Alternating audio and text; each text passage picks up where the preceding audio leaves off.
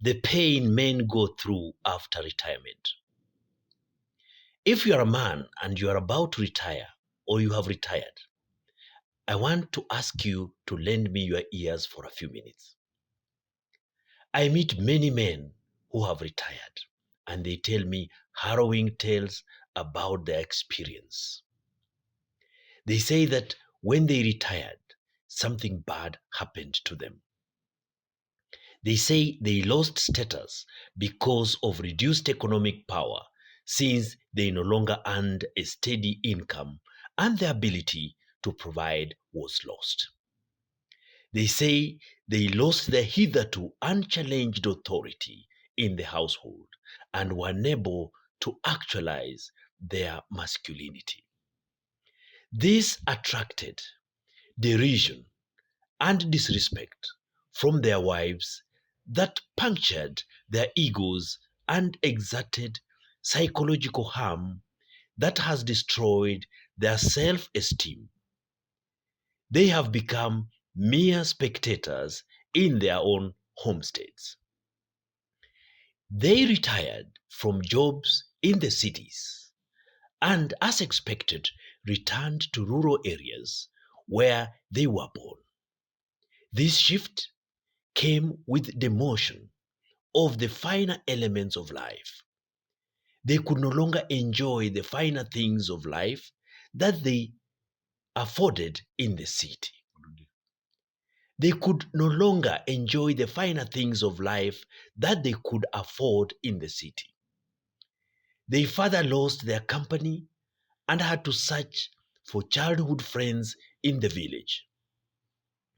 The frustrations led them to adopt a new reckless life.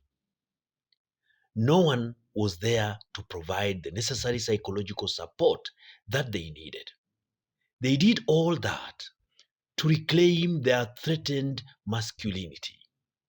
They suffer degradation, behavioral maladjustment, and erosion of nutritional and health status. This automatically leads to early death. Many men face physical, social, and financial abandonment by their wives and children at this stage in life. Many men I have talked to confess that the children concentrate on their mother and treat their father as an alien, even though he toiled to take them to school. They lavish their mother with gifts, trips, and shopping, while only giving their father a token stipend. Some of the retirees I have talked to say their own children cut off communication with them in revenge for their exercise of authoritarian discipline among them when they were young. In other words, it is payback time for them at this critical moment in their father's life. The painful part is that most of these fathers spend their earnings educating the same children, hence their penury in old age. Definitely, these men feel betrayed and regretful for the overt and covert forms of violence meted out on them. What has shocked many of these retirees is that their own wives are responsible for poisoning their children. The women deliberately cultivate this resentment in the children. This is the most painful part.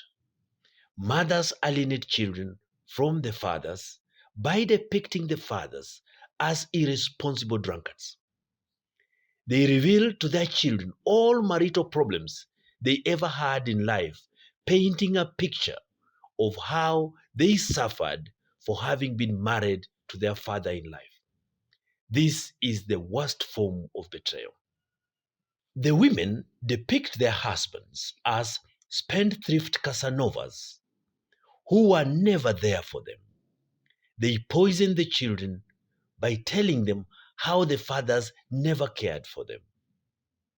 The women tell their children that their fathers are useless whenever they want to give them some pocket money. In the eyes of the innocent youngsters, the father becomes an outsider they do not want to have anything to do with. The children are brainwashed to see their father as a villain while the mother is a heroine. While these revelations point at the dysfunctional families that exist in our society, it is important to have a national dialogue on this. If not, we will continue to lose men to early death in their 50s and 60s.